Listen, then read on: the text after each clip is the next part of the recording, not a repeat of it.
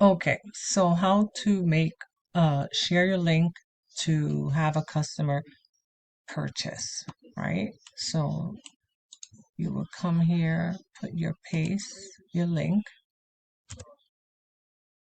It's very easy. You give them the link. It's gonna say your name up top. You do want to put shop. Tell them to go shop. Let's go to sales. Oh, no sales. All right. You want to go to new arrivals. Let's suppose you want to show them the 3 packs of tea. You can find that in new arrivals. You hit add.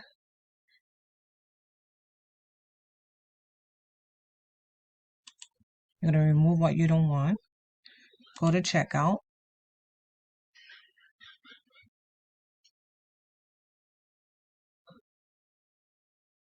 Since it's a new account, you're going to have to put an email of that person, of the new account. All right. And you're going to have them fill out the information.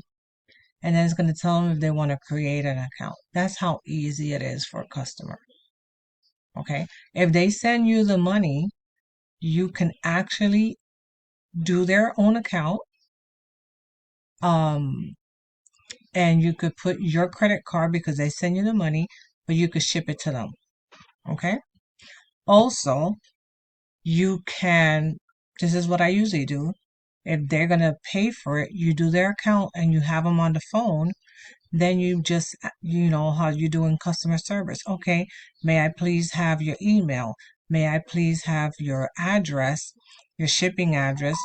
Make sure when you get your credit card information, they give you the credit card, the expiration date, the security code, and the billing address if it's the same.